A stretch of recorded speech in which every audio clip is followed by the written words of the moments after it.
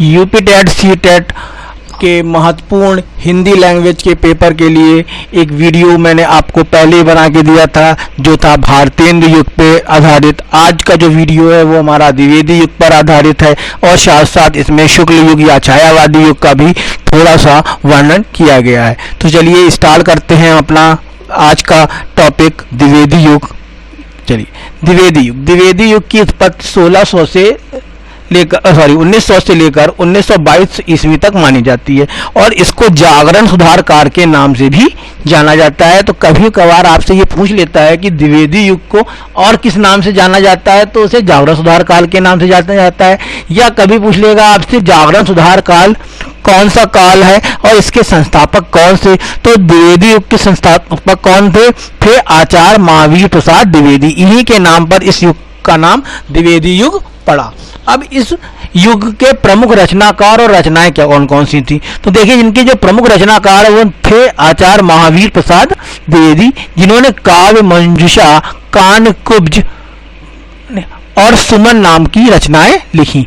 इसके बाद उनके दूसरे बहुत ही important UP TET CTET point of view से मैथिली शरण गुप्त जो है ये हमारे राष्ट्र कवि के नाम से इनको संबोधित किया गया। इन्होंने भारत भारती, यशोधरा, जयद्रथ वध, पंचवटी, साकेत, द्वापर और झंकार जैसी रचनाओं को लिखा। इसके बाद आते हैं हमारे नए एक और हमारे इंपॉर्टेंट कवि या रचनाकार अयोध्या सिंह उपाध्याय अरियोंद। इन्होंने प्रिय प्रवास लिखी जो खड़ी बोली का महाकाव्य माना जाता है। तो आपसे पूछा जा सकता है कि प्रिय प्रवास किसने लिखी, अयोध्या सिंह उपाध्याय हरिवंश ने लिखी। खड़ी बोली का प्रथम महाकाव्य कौन सा था, तो प्रथम बोली का महाकाव्य कौन सा था, वो प्रिय प्रवास था। प्रिय प्रवास कौन सी बोली का महाकाव्य है, तो आपका आंसर होगा खड़ी बोली का महाकाव्य। प्रिय प्रवास के लिए हरिवंश को क्या मिला, तो ज्ञानपीठ पुरस्कार मिला। ऐसे क्वेश्चन आपसे पूछे जाते हैं। सुपर टेट में भी एक बार क्वेश्चन पूछा जा गया था जो था आपके सुमित्रा नंदन पंत से रिलेटेड। इसी तरह इसमें पूछा जा सकता है आपसे कि ज्ञानपीठ पुरस्कार अयोध्या सिंह उपाध्याय को उनकी कौन सी रचना के लिए मिला, तो उनकी कौन सी रचना के लिए मिला है, प्रिय प्रवास के लिए उनको ज्ञानपीठ पुरस्कार दिया गया। इसके अलावा इन्होंने वैदेही वनवास, रस कल्लड़, चुपदे चौपदे और चोखे चौपदे लिखी। इसके बाद हमारे एक और कवि थे इसमें या रचनाकार कहेंगे इन्हें, श्रीधर पाठक। इन्होंने वनाष्टक नामक रचना को लिखा। अब इसके प्रमुख पत्रिकाएं, इसमें मैंने सिर्फ 3 या 4 पत्रिकाएं दी हैं, ऐसा थी तो बहुत, लेकिन जो पेपर पॉइंट ऑफ व्यू से इम्पोर्टेंट है वो ये नहीं है। जैसे कि सरस्वती पत्रिका का जो संपादन किया था वो था आचार्य महावीर प्रसाद द्विवेदी ने और इलाहाबाद से इसको संपादित किया गया था। इंदु, इनके जो संपादक थे वो अंबिका प्रसाद गुप्त जी से, इन्होंने काशी से संपादित किया था इसको। इसे मर्यादा कृष्णकांत मालवीय जी थे, इन्होंने प्रयाग से इसको संपादित किया था। और माधुरी, ये इंपॉर्टेंट है आपका, माधुरी और सरस्वती दो इसमें बहुत ज़्यादा इंपॉर्टेंट है। माधुरी दयालय भार्गव से, इन्होंने लखनऊ से इसको संपादित किया था। ठीक, तो ये थे हमारे द्विवेदी युग के कुछ महत्वपूर्ण तथ्य। इसके बाद हम लोग पढ़ने जा रहे हैं अपने शुक्ल युग और छायावादी युग के। तो देखिए शुक्ल युग का जो आरंभ माना जाता है वो 1919 से 1938 का माना जाता है और इसको छायावादी युग के नाम से भी जाना जाता है। इसके जो संस्थापक थे वो थे आचार्य रामचंद्र शुक्ल, जिनके नाम पर इस युग का नाम लिखा गया। इस युग के प्रमुख रचनाकार कौन कौन से थे वो देखिए। इस युग के जो प्रमुख रचनाकार थे वो थे आचार्य रामचंद्र शुक्ल, जिन्होंने चिंतामणि, तुलसीदास, सूरदास और रस मीमांसा लिखी। सबसे ज्यादा इंपॉर्टेंट है आपकी रस मीमांसा और चिंतामणि।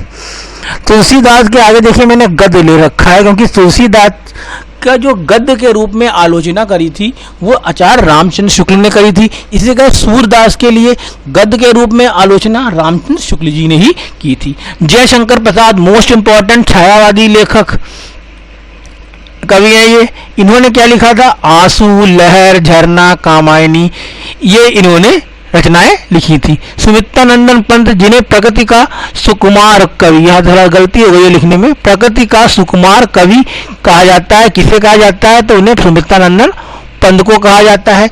सुमित्रा नंदन की पंत की रचना कौन कौन सी थी, चिदम्बरा, वीणा, पल्लव, युगान, युगवाणी और लोकायतन। लोकायतन के जो है इनकी महत्वपूर्ण कृति थी और चिदंबरा के लिए इनको भी ज्ञानपीठ पुरस्कार से सम्मानित किया गया था। इसके बाद है महादेवी वर्मा। महादेवी वर्मा की जो प्रमुख कृति है वो है यामा, जिसके अंतर्गत निहार, नीरजा और रश्मि 3 और रचनाएं आती हैं। निराला, निराला जी की का पूरा नाम था सूर्यकांत त्रिपाठी निराला। इन्होंने जो रचनाएं लिखी थी वो थी अनामिका, परिमल, गीतिका और तुलसीदास। अब देखिए यहाँ पर तुलसीदास गद्य के रूप में हुए और यहाँ पर पद के रूप में है। ये आपसे 2018 यूपी टेट प्राइमरी में पूछा गया था। ये आपके कवि और उनकी रचनाएं थी। अब पत्रिकाएं कौन कौन सी थी तो बहुत इंपॉर्टेंट है। हंस किसने थी? प्रेमचंद संपादक थे। ये साहित्य संदेश गुलाब राय कहाँ से? काशी और आगरा से होती थी।